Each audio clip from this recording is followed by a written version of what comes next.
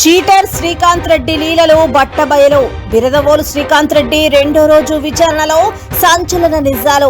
ప్రముఖుల నల్ల డబ్బు వ్యవహారాలు బట్టబయలు. త్వరలో వారికి పోలీసు నోటీసులు.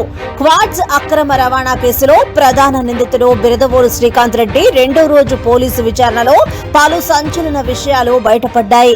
నగరంలో కొంతమంది ప్రముఖుల సహకారంతో నల్ల డబ్బును తెల్ల డబ్బుగా మార్చే ప్రయత్నం చేసినట్లు సమాచారం.